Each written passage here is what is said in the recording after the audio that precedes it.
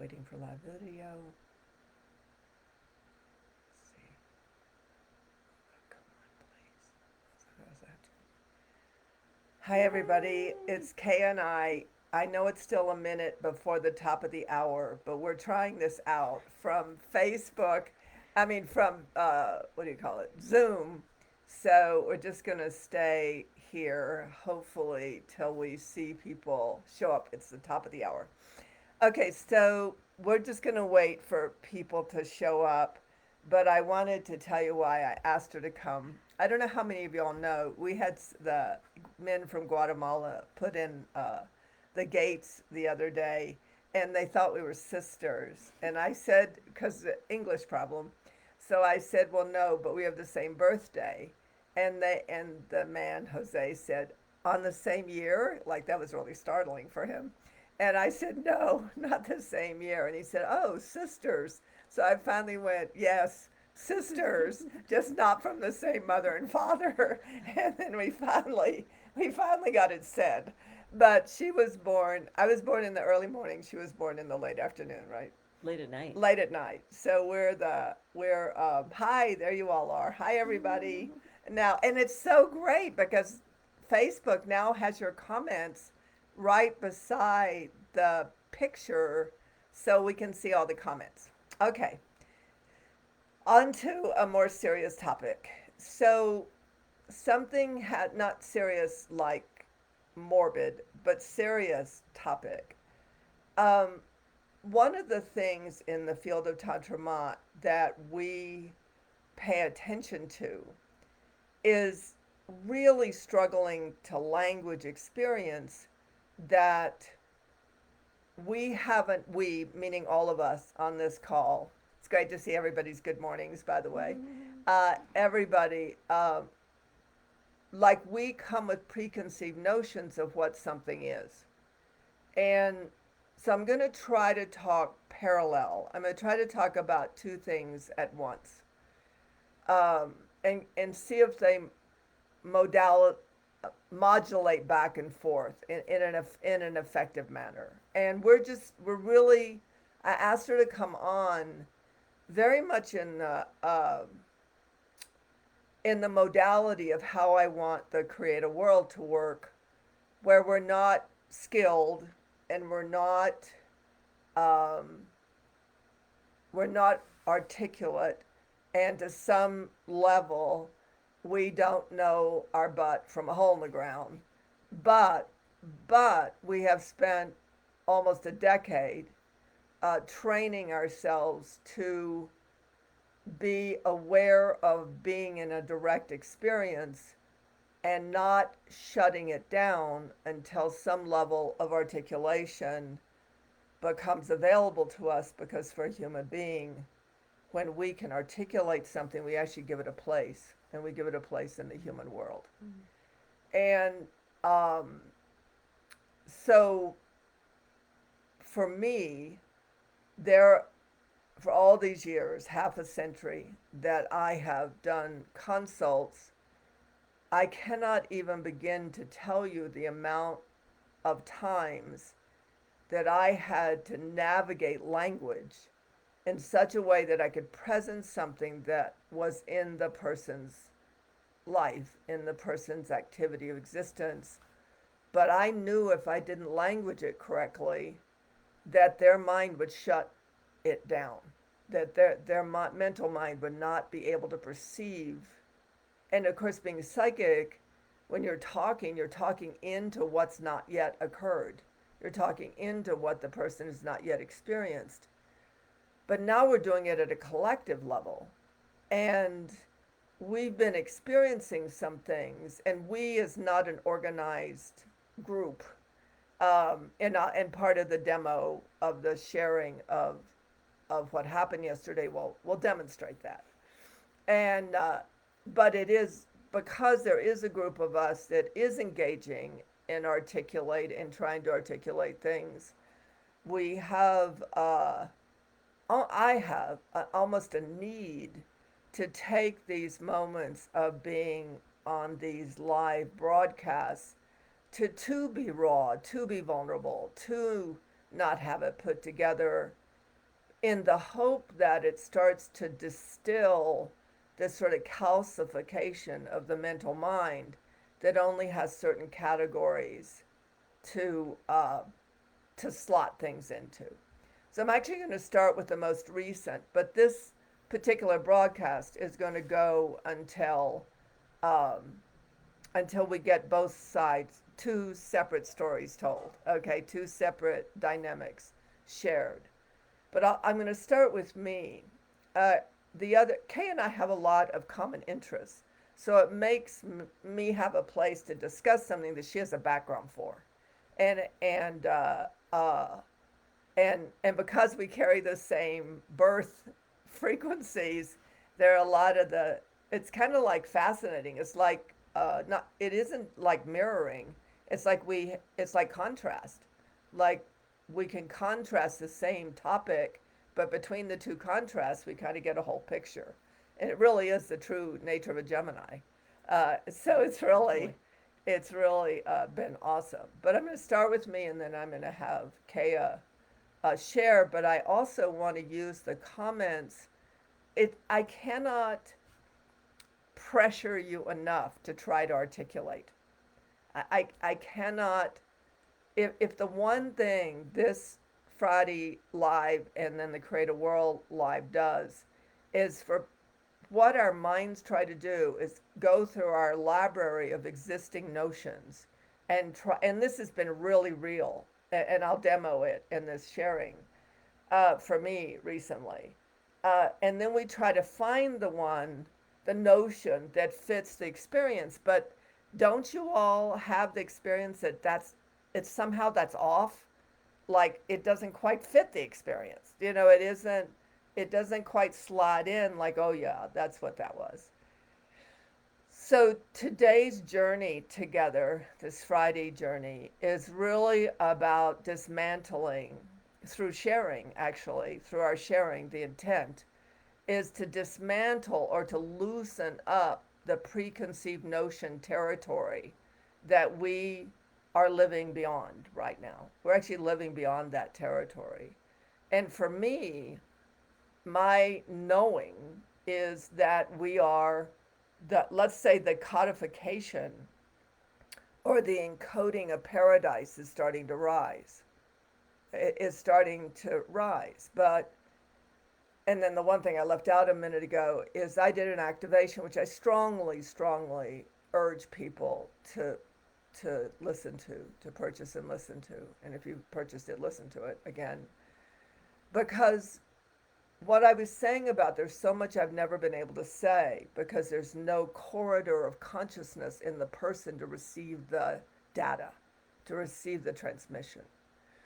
Therefore, we have been shut down from many of our capabilities, much of our capacities as a human being, and much of our capacities as a shared collective of human beings. So Wednesday night, ugh, chills. Wednesday night, I get a little teary. I was able to generate a collective event to go out into humanity, where these tears occurred, where these rips occurs, where humanity got torn from the activity of its direct link with creation. And as a collective, we went in there, each in his own manner, each in his own way into the etheric realms, which is where all this occurs. That's where healing occurs. That's where manifestation occurs. It's where the miraculous occurs. It's where we can move out beyond the territory that we presently exist in, of a world collapsing into itself, and we can make manifest. In other words, we can make manifest these etheric energies that then are like a womb, like an energetic womb that begins to, just like a baby, just gestating in the body, it begins to filter into our human world threads of new beginnings or next beginnings, I think is probably more accurate. And but for us, more than likely, it will be new feeling because we haven't we haven't stayed consciously awake through multiple lifetimes or multiple experiences here, or we haven't stayed in touch with this place like I have, even when we were busy off about somewhere out there in other territories. But we have a longing, to come back here, to restore home here. We have a longing. Whether we belong to this place or not, we share the longing, that's for sure. So I'm going to start with the other day. Kay and I were going to my daughter's Burple, her home, which is a 16-person passenger van, restructured into being her home, to leave some of the stuff she'd left at my house on her birthday party. And I was saying to Kea, I was in such a strange place because I haven't had a vaccine, and in my heart clinic, they are, after I finish my program with the new mandates of no more mask wearing. Hi, Janine. Oh my God. Hi, honey. You want to curl up in my arms? Ah, she's one of my children. Whew, boy, this conversation fits perfect. So what I was saying to her was that in my heart, to Kea, in my heart clinic, that starting a week when my program is over, if you're not vaccinated, love you too. Uh, you have to have a doctor's note that says you can't be vaccinated for medical reasons, and there's not a lot of wiggle room in that. So I was saying to Kea that when in reflection on my life, I always was in a position to be a cause about something, to advocate something, and that's why I teared up when Janine came on, because she was a child I advocated for when she was quite young. And then when her young son was injured in a car wreck, I came to be with her to advocate for his coming out of the coma and coming back into existence. That's why it's a timely conversation, which is our point actually in this share. Um, but it was so strange to me that all I am now it's illegal actually for the medical field to do that, to deny a person entrance to a medical facility because they're not vaccinated. But I said to Kea, and I don't want you to get caught up in the topic, I want you to get caught up in the point. I said to Kay, it's so strange. I don't know if I want to do that again.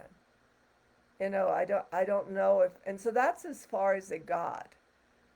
Because and I wondered why in the past I hadn't ever thought about that I had choice. In the past, I had no sense of choice. I didn't feel it the effect.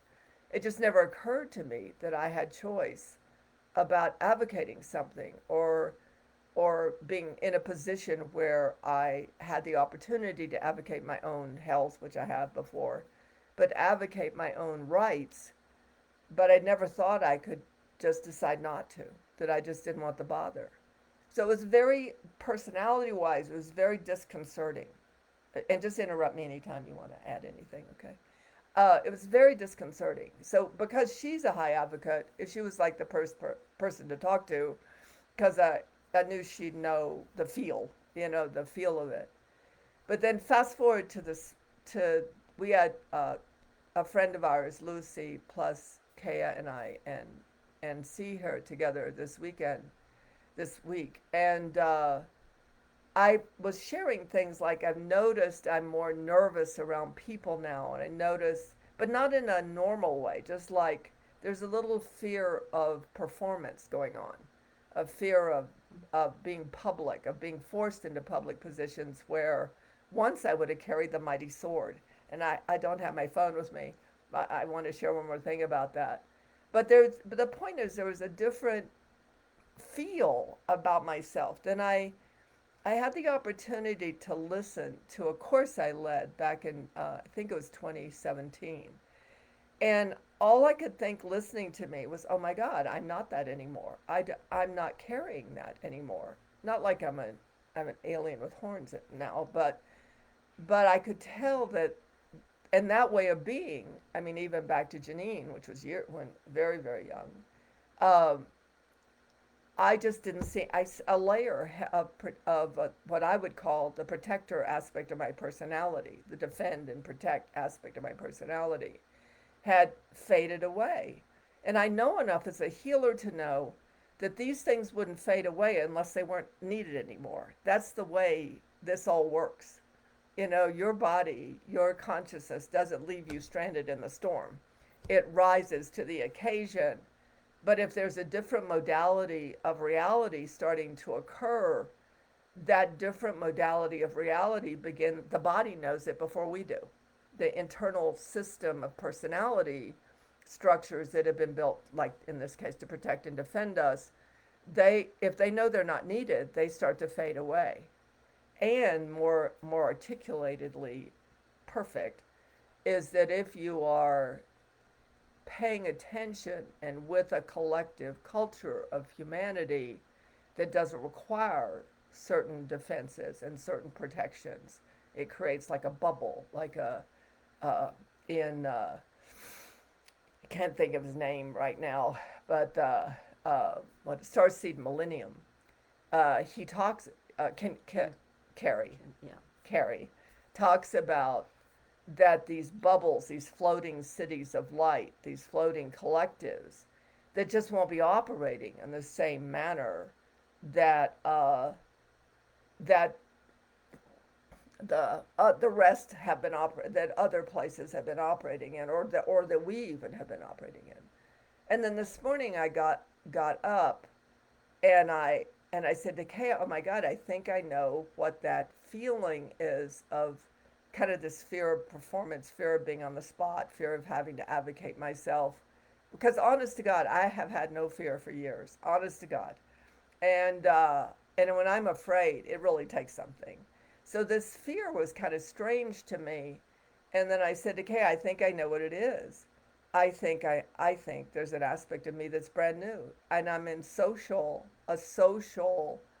choices about how I want to interact with the world that are up for me as if I've never been here before. And clearly, I have been in these places before. I have a long history of being in these places, but whatever's peeled away and whatever's now more vulnerable and more tender moves slower, is more delicate about how what I positions I put myself in, and more reserved about fighting. Like I don't want to take up a fight with my heart clinic. They've saved my life, and if this is one of the rules of the culture, I'm not going to be mean about it.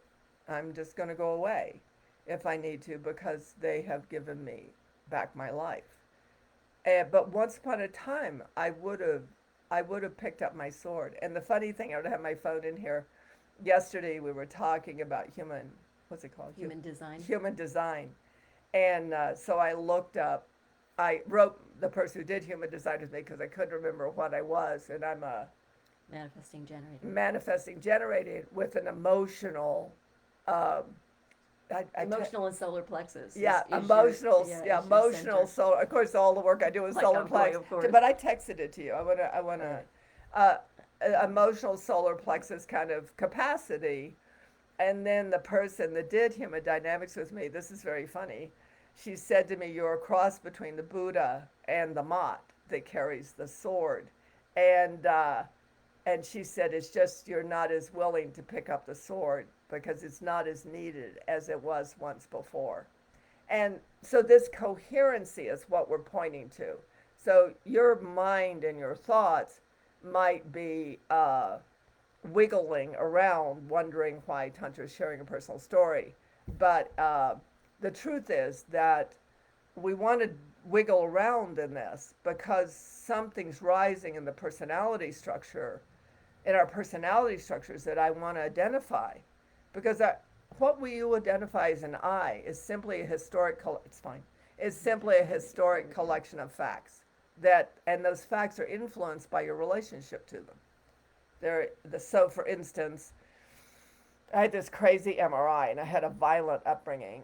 And I was in the middle of the MRI, and all of a sudden I went back to the memories that were all good memories in my childhood They weren't the bad memories. Oh, with him, with so it's I am and you or were and still are a manifesting generator with the emotional authority, and that really amazed me because I always thought my emotional authority was to overcome, was to up with this I will no longer put, of in your face, and now my emotional authority is compassion, generosity, sweetness. I almost throw up trying to say that, but truthfully, I can feel that coming up, and you can tell there's a little conflict between two aspects of personality there, because the sword and the Buddha, they have to find the meta point of things as things go on.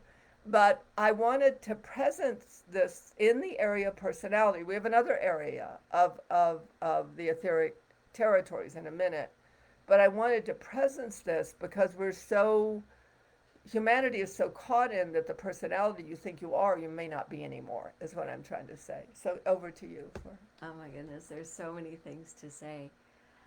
So the beautiful thing about the conversation we had about Tantra being,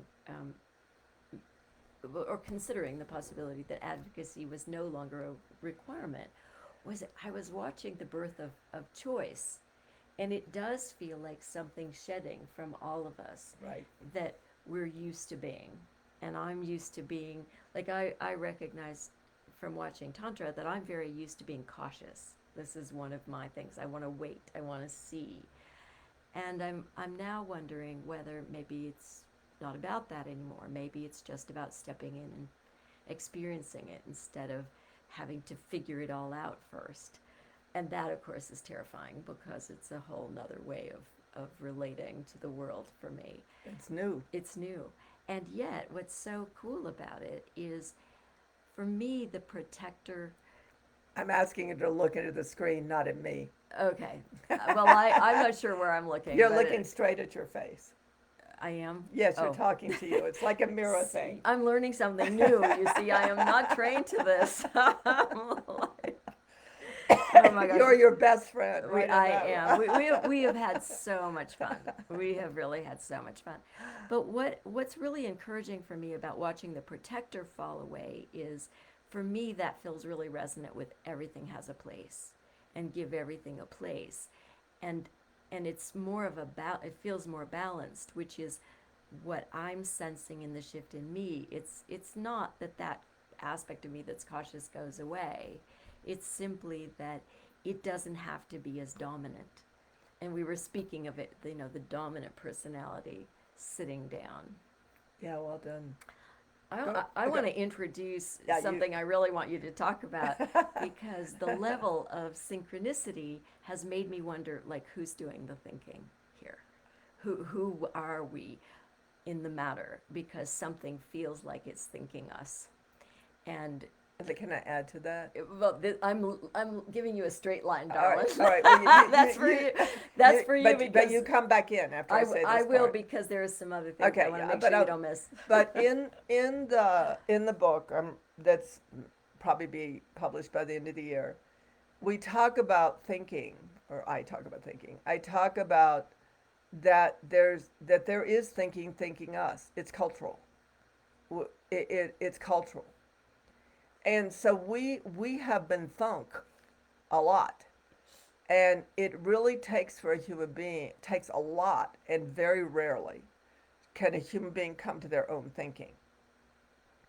That means your concepts, your point of view, your way of assessing reality. Richo, hola.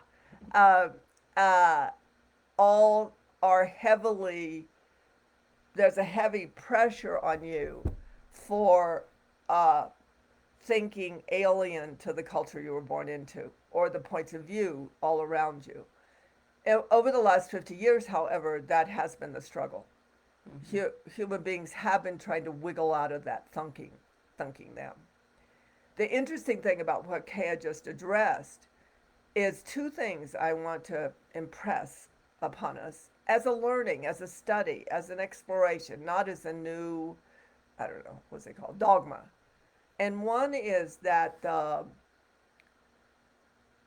but there is thinking that does come come from a greater system of reality. We're part, I mean, we don't even know where our thoughts come from. You know, when you have a new thought, do you even have an idea where it comes from? You can't even find it. So as we began to write this book, or not write it, but edit the chapters and get them ready for people to read, which we're doing over this period of time, um, we were in a greater, there was a thinking, sharing thinking with us.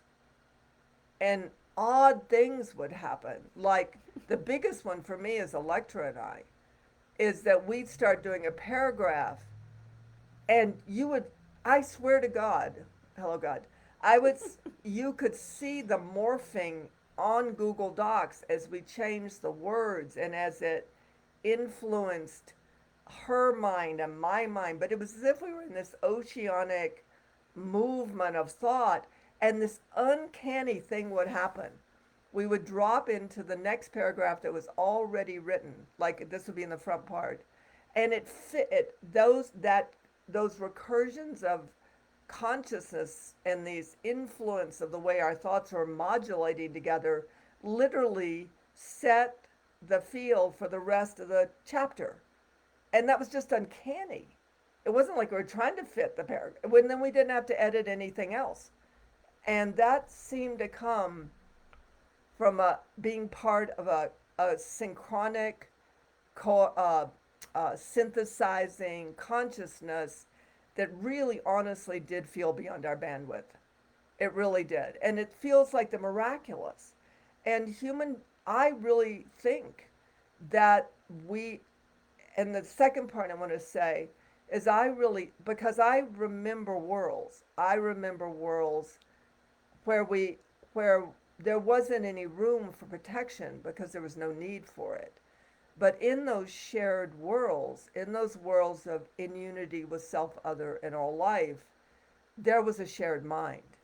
There was the ability, and not just a shared mind between people, because Electra and I didn't have the feeling, Electra's on the line, didn't have the feeling it was her and I. We had the feeling it was her and I being held and consciously played, like it was like being in a big orchestra, that we were responding to the music and printing out the notes, so to speak, like a Mozart thing, like feeling the music of creation. It was amazing and still amazing because it's persisting. And but the other part in this conversation, because one of the reasons I wanted to come to this conversation kind of raw, is that I remember those worlds.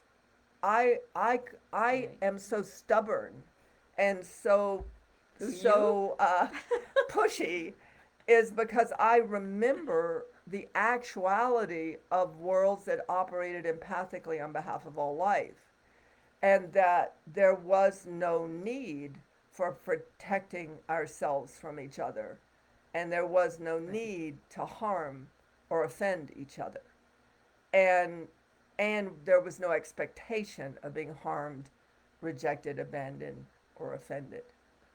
And I swear that is what the threads of consciousness I'm experiencing us picking up on, and what it provides for is human magic, which we'll talk about in a minute.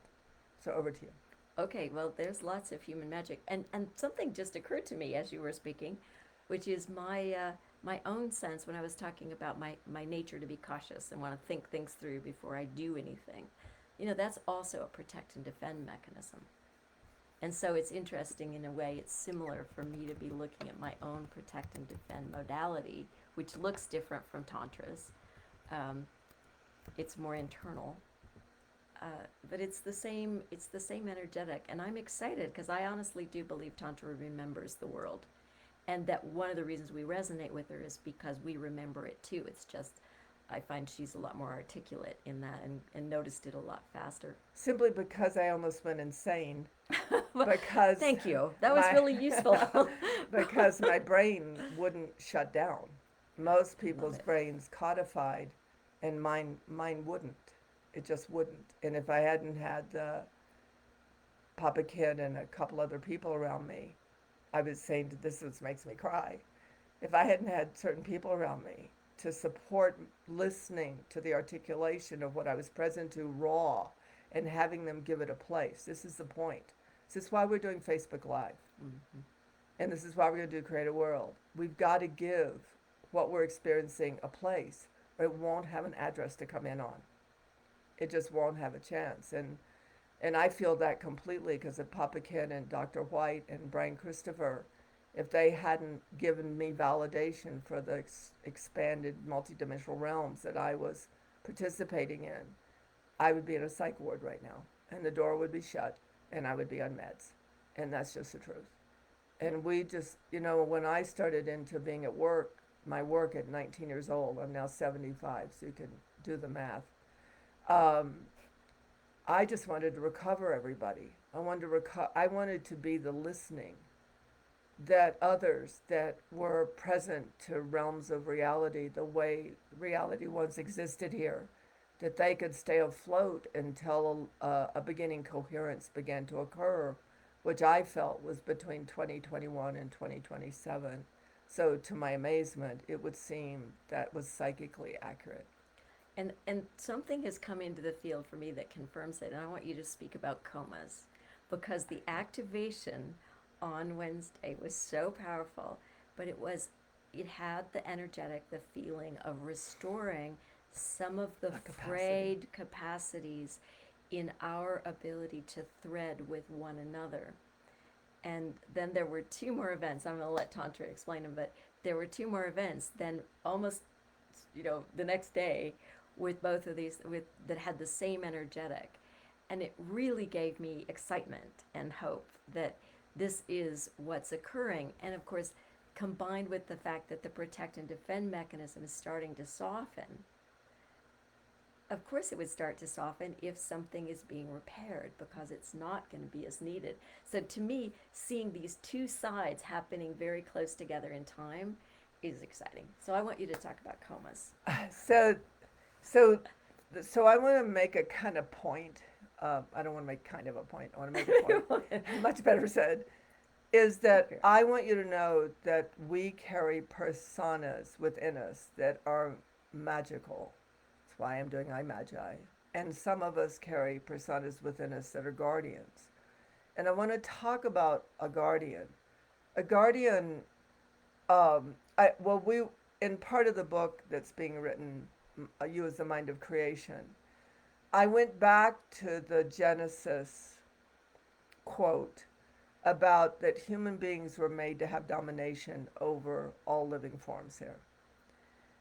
But if you read it in Aramaic, and I'm going to have to find the person that actually speaks Aramaic to work this totally through with me, but I don't know the word for the Aramaic, but I do know the translation. And I'm going to, if Lecter or somebody, if you remember it, just type it in the chat, because I don't remember the first two pieces. But basically it said to walk with, to walk beside, and then there's another kind of be with. Learn from. Learn from. Thank you. Walk beside, learn from, and subdue when necessary. And that is the faculty of human being, not to have dominion over things, but to keep things in balance. That's why Ma'at, as a principle, long before she became a goddess in the Egyptian culture, she was like 3,000 years of principle about our union with the planet and our sovereignty, our God, our generating, organizing, or operating design. You can use either O. Was literally to keep the balance, and of course that's homeostasis in the body. And if we don't have balance in the body, we're ill, and if we can't keep the balance of the planet, everything becomes ill. So what I bet on, and truthfully, I'm skilled in the consciousness of human being, because I remember what human beings were designed to be. And the same way human design can give certain personas a place, which is why those kind of things are good. My interest is restoring the aspects of the human persona that is a meta self, that is a so above, so below dynamic of self, that communes with the planet and communes with the cosmos and is interactive, interrelated, and symbiotic, which is the original design. We're meant to be etheric as well as mortal. So I do these once a month high octave activations, but I never know what they're going to be because I have them installed in time. So, and I'm very excited about it because this is because people are consciously capable now of things they may not have any idea they're consciously capable of. And but my job is to simply to activate that which is rising. I don't go in and try to recover, or I do repair, but I don't try to recover. Because the natural system, as it starts to rise, what I'm clear about, if humanity gets, human beings as a collective moment, get behind it, we give it a place. That's our deal. We give life a place. That's our deal. It's like giving it a name. It's like giving it a name, give it a name in Never Ending Story. So, right, I don't know whether it was 24 hours or 5 hours before the activation, I could feel when I was in my really early 20s, I was raw feed. I didn't have any boundaries. I was hardly on the planet. But there was this amazing man named John L. Adams, who's still around, I think. And I did a lot of body work with John L. John L. did a lot of body work on me because it was just so hard for me to exist here, basically. And actually, I think it was my 30s now I'm talking about this. I can't remember. Anyway, it was somewhere, I have no sense of time. But the point was, one of my clients had his wife had gone into a coma with a car wreck, and he asked me if I could contact her. But when I went out to contact her, it was dangerous for me because I was out of body mostly, and I didn't know if I could get back. I didn't know if I would join the coma because, frankly, at that period of my life, being in a coma actually was user friendly. So I asked John if he had a way to hold my body, and then if I started to separate from myself, could he bring me back? And he said yes. So what happened was when I went out, different than this next piece I'm going to talk about. But when I went out into the etheric threads between ourselves and as non-physical beings, and our threads as physical beings. And the threads, it looked like a. Have you ever seen uh, like man of wars with all their things? It looked like something that tentacles. It looked like something that needed to be braided, but it was unbraided. It was fragmented. It was torn. And so I didn't ever really contact her. I just could tell she couldn't get back. And so I repaired the silver braid. I repaired the braid, and and then John brought me back, and I mean in record time, like her husband was by her side. He called on John's phone because we didn't have cells back then, and said my wife just opened her eyes. So I brought 14 people out of comas in the space of 2 years, two of which had been in comas quite a long time, like 5 years. And but when they came back, they had been erased from their patterning of what they had been here, and the patterning that they had gathered here. They were really brand new. And then I watched how their families or their lovers needed them to be who they remembered, and I watched them capitulate, and I lost my capacity because I didn't like the outcome, basically. So then at the beginning of this year, I'm really very on for supporting everybody in their work right now because I know where I'm at work, and I don't really need anybody to be at work there with me. I'm my loca, which we can think of as a place, is where the aberrations began. Because it doesn't matter how the train wreck happened. It only matters that get the rails back in so the train can run on the right tracks. And most of that, I've done that with the human mind, with the human empathicness, with the human sentient consciousness, But what I'm really capable of, and what I'm really, but was not possible into a certain collective amount of humanity was connected back in to the system of consciousness that we truly belong to. Now with the humanity taking care of itself, because it really is taking care of itself. It isn't educated, and it needs to self-study itself as its magnificence, but it's consciously more people awake than ever, and sufficient, and a quantum awakeness. And different people like Oracle Girl and Ma and all sorts of people are doing gathering communities on behalf of moving everything towards paradise, back into paradise. Apologize. But my interest is going out into the ethers where the aberrations began, where non-duality fragmented for intent, by intent or by accident, and so the duality became off balance, became warlike, became antagonistic, became polarized. Because if we can fix it out there, then it just feeds down into here, and nobody even knows what happened. And it's not people centric. It's a problem of design. It's a problem of a systemic uh, aberration. That if we fix the systemic aberration, everything sorts out here. So I want to add two registers that came in that confirmed that I think we're being thought by something, and With something. with something. There we go. Well said. Um, the first was Tantra's appointment with the herbalist yesterday, because Herb, the herbalist. I know, gotta love it. So he started talking to her about a client of his who wrote a book on comas. I was like, what are the odds that that topic? Of bringing people out of comas. Yep. About a man that The brings people.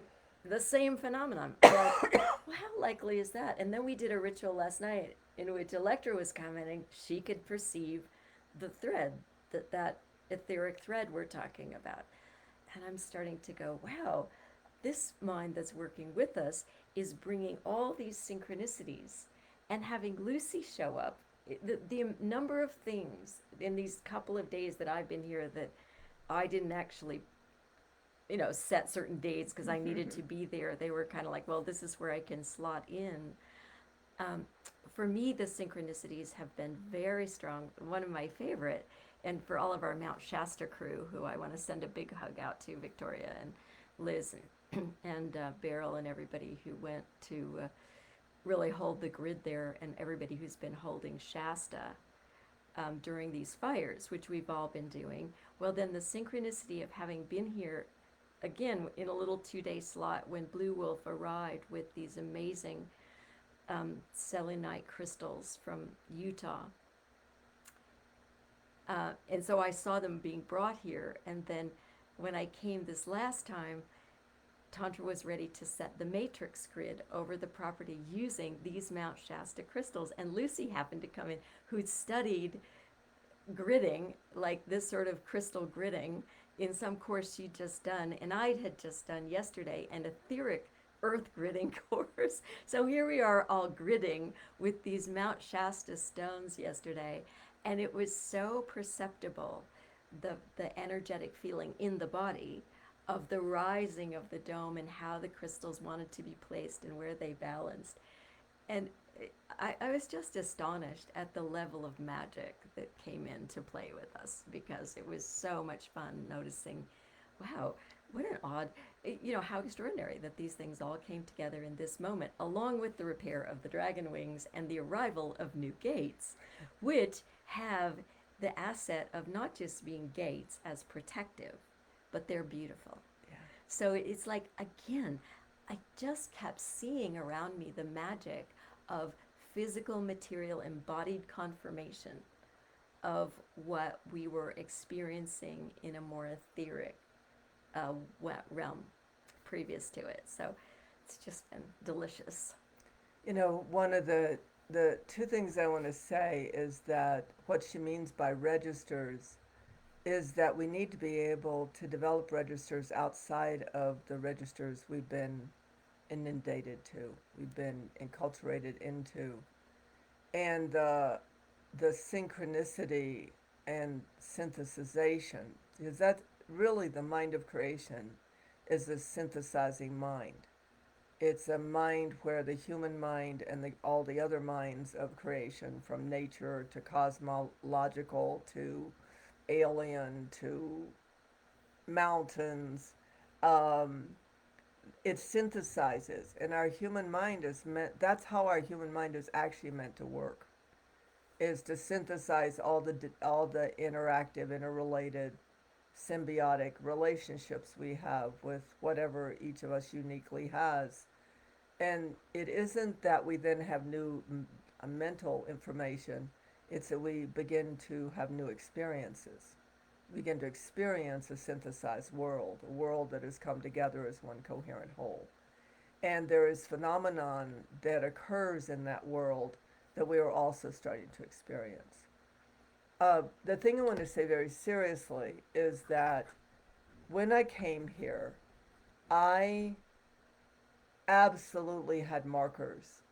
I had markers of certain things that had to occur, that if they occurred, um, that which loves this planet and its kin could have wine, could celebrate. And when I was, and I had this from the age of 3 to 5 years old. And there were two fundamental things, and I'm going to say them into this call, but there were two fundamental awarenesses that when human beings were restored to that awareness, and nothing could ever bother this place again. And the first one of those is that the human being, and I mean, that's why there are three religions, actually, there are more than three religions that all base their dogma on the Old Testament, on a story. And that story was where human beings walked with angels, walked with gods, were born of gods.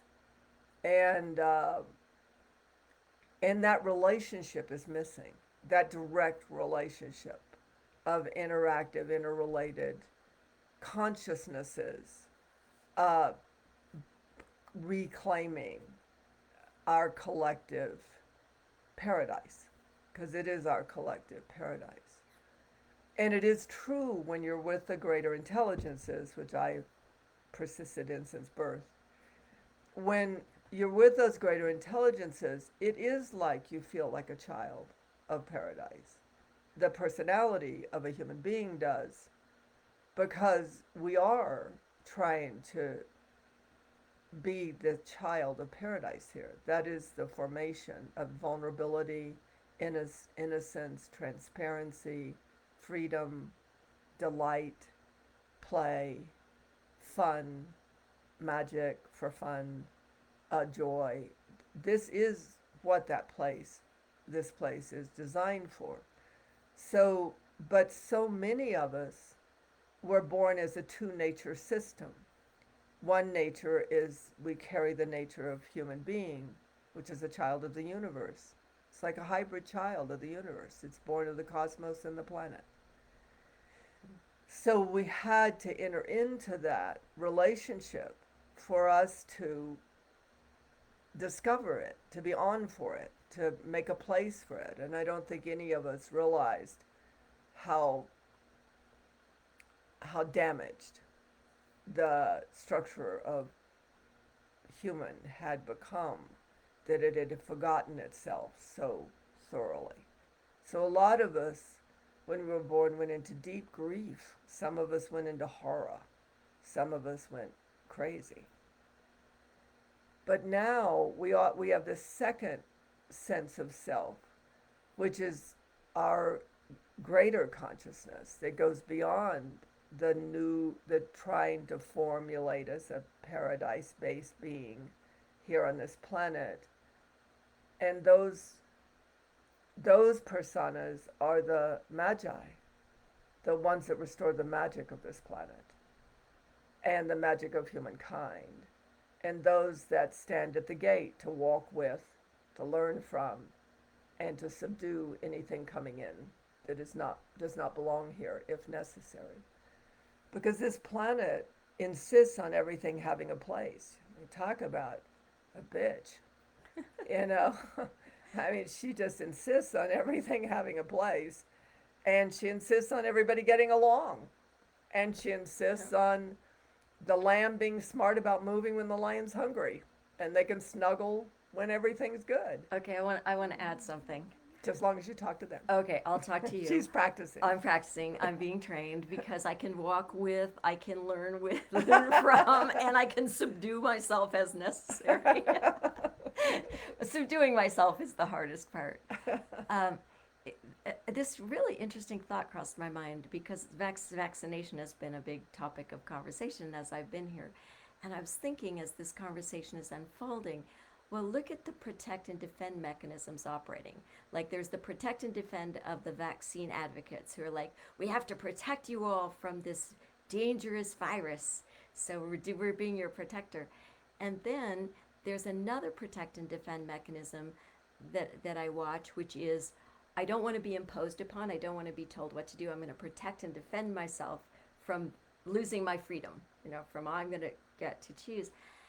And as I'm watching this conversation unfold, the I Magi potentiality is that third possibility, which is that the whole need to protect and defend begins to soften on both sides if, because we're all doing this, it's not really an if, but it's When. also when, but it's also a delicate matter, is what I'm trying to say. And it takes all of It's us. a delicate balance. It's a delicate balance, and it would take a lot of focus and concentration and commitment.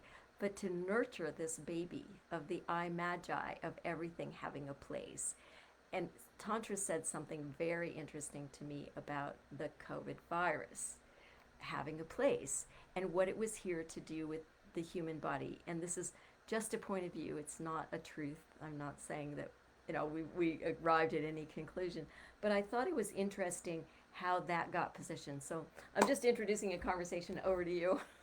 The thing I want you to take away from what she said is she's letting herself think beyond her borders. And notice how your mind tries to draw a conclusion. And it's not you doing it. The mind is so polarized, it has to have an either or. It is very hard for our mental mind right now to live nowhere. To live at that 0 point, which I talked about last Friday. To live at the 0 point of unending possibility and no possibility. In other words, I don't know, or duh. Duh works really well here. But to consider the possibility that we are beginning to experience things working out in a manner that is beyond our bandwidth, present bandwidth. And that maybe our only interest should be what we can get on the side of. What we know that we can feel that we're on the side of, and we can bring our innocence, our vulnerability, our tenderness, our caring, our lack of mental capacity too. It's the oldest adage in the world for spiritual development. Be a new learner. Always be a new learner. Always clean your mind, empty your mind, and start new. But never has it been more needed, because the polarization of consciousness, of unconsciousness that we are finding ourselves in can really wear us out or tear us apart, and has torn humanity apart from each other. But if we just settle in, yeah, beautifully Michelle. Said, yeah. If we just settle in, and yeah, and mine are what was it? It was experience exist. It was in the chapter. Experience exist, and one other. But it's like what Michelle wrote, is that we just find a new place to stand, one that's in a way more benign, more investigative, More fun. more fun. Jeez, protect and defend is not fun. I'm like done. I'm like, oh, jeez. And it's hard because we have to remember that we're a species that the only way it could survive was to protect and defend its own consciousness, bury it, to bury it deep in our subconscious, so that one day, if conditions began to be right, our consciousness could rise. and we're in that point. We're just in that point. The other thing I want to say about interesting about this man, I can't remember his name, Midell. His name is, can't remember his first name, but his last name is Midell.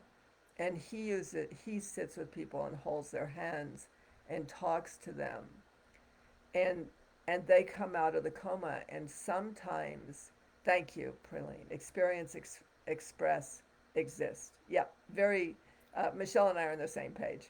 I just am in the three E's. And the but what would happen sometimes is the person would come out of the coma, like this example was that this man that was very rowdy was in a coma, but he was lurching and grunting, and he came out of the coma, and this Midell, whose name I first name I can't remember, and it's called Coma. If you want to look that up, Praline, and see if you can find his name for people. Um, the man came out of the coma, and he said to him, Midell said to him, "What were thank you, C. What were you experiencing?" And he said there was this beautiful. He said why were you grunting and moaning? He's because the first thing he said when he came out of the coma was, "I got to get to work. I got to get back to work." And it turns out that he had never missed a day of work for 42 years of his life. And then author asked him what he had experienced, and had he experienced anything he remembered. And he said, "Yes, I remembered a very tall ship with beautiful white sails sailing in the ocean." And he said, "Well, which do you think is next for you, going back to work or getting on the ship?" And he said, "Getting on the ship," and he closed his eyes and died. And that's exactly the same thing that we did Wednesday. When we as a collective, each in our own way, because all of us carry it in our psyche, we carry these memories, these knowings, these awarenesses in our psyche. As everybody just went out and repaired the braid, repaired the highway, you could say, between life and death, so that people that didn't want to die could get back. People, and author Mindell and myself have the same thing. We don't want anybody caught, and Dom and her too. We don't want anybody caught in the broken systems. We want to restore the systems so we can be operationally uh, back in touch with what we are and what we came here to be. And we're in it. The point of this conversation is that up until December 31st, 2020, we were talking about getting somewhere. January 1st, 2021, we arrived. Now, we may not have arrived on that date, but we're really, really clear. There are things that we are now experiencing, going back to the beginning of the conversation. There are things that we are experiencing, like this morning when I said to Kea, "I don't think I'm afraid. I think I'm new. I think I'm having to consider we're doing this party tomorrow." Praline, would you be willing to put that up also? Um, we we're doing this party, Mediterranean cooking party tomorrow.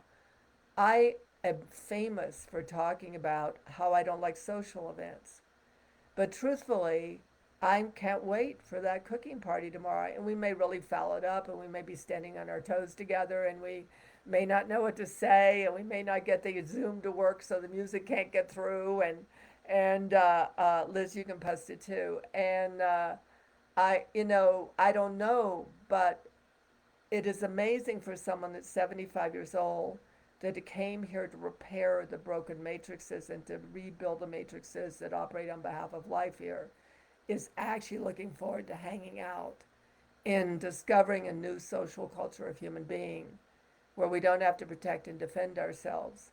We can just hang out and in life and have life lifing and see what, not be purposeful, not try to heal, not try to fix ourselves, but just see who we are as human beings. And we had two ladies show up for the apricot tree. They didn't show up for C and I. They showed up for the apricot tree, and that because they wanted to get my apricot tree. Our apricot tree leans over the road, leans over the sidewalk, and they wanted to gather all the apricots of it. And they thought it was rude if they didn't ask. But they turned out to be delightful. And I'm really hesitant to have them come for tea. But I'm going to have them come for tea because if we don't test the new waters, we won't know. It may not be the same world anymore where we're standing. I'm very clear that there is an operational broken matrix that's collapsing on itself everywhere we turn. But it doesn't have to be where we're standing. It doesn't. And we can test the waters and we can, the hardest thing, it's my favorite story. One of my, well, I have several favorite stories in An Irish Tale of a Modern Mystic. Hey, you open for posting my book, Praline? Because I'm out for everybody to read it. And everybody that's read it It's great. is unbelievable now because it makes so much sense now, so much more sense than it made uh, way back. And it's so much more emotional for me. I find myself weeping far more often as I read it now, which means I think something woke up in me and started to remember. And the words, it could be a different story, but the feeling was similar. Yeah, and C did the cover of it, and we're housemates. And but there's this one part of the story, the where Nile, who was literally looked like a Greek god that came off his pedestal alive. I mean, his whole body looked like that. And I was 300 pounds, which I'm not now. I'm almost 200 pounds. It's pretty exciting. And I had fallen. We were lying by his fireplace. We were in love, and he was 29 years younger than me. So you get you get the picture. And I'd fallen asleep with my head on his hip, and he was still asleep when I woke up. And of course, I wake up to this contoured, muscular, gorgeous friggin' hip and leg from the Greek god Nile, and I start laughing hysterically. I laughed so hard I wake him up, and he always used to tuck me under his arm, like this. He'd always like tuck me like this and say, "What are you doing? What are you laughing about?" And I said, "You've ruined my life story." I said, "You've ruined my life story." I mean, my life story did not include falling asleep on the hip of a gorgeous god who adored me. And I think we should ruin our life story. And I'm going to wrap it to one thing that I would love to pick back up, which I would love to invite the COVID virus into this party. Yes. And what is the COVID virus is for me is in this new world. Yes. And so some of this all protect and defend can really start to play in the magic because we don't know what it is, really. No. And the phenomenon, I just heard it on a newscast this morning, literally on a newscast that popped up on my phone. Somebody talking about politics, and they basically said, why don't we just all during this time, this is a newscast, I think it was CNN, I think during this time we should really take care of ourselves and enjoy our lives because we don't know which way the wind is blowing. And I was like irritated by that until she said, and we don't have to always think it's blowing ill. Right. And I wanted to lick her. Yeah. I mean, how friggin' cool. Yeah. To consider that, yes, we do need to be conscious. We do need to protect and defend ourselves to some level.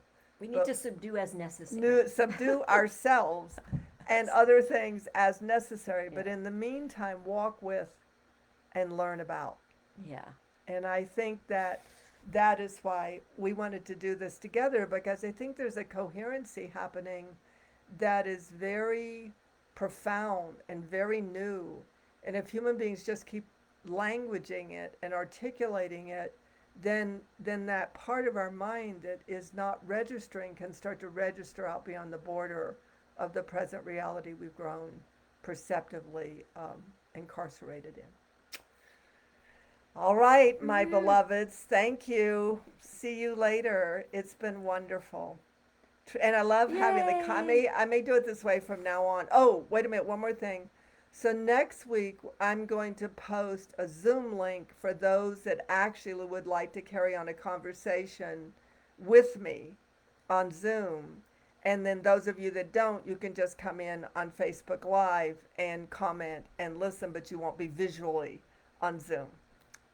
Bye. It's a new world coming next week. Woohoo!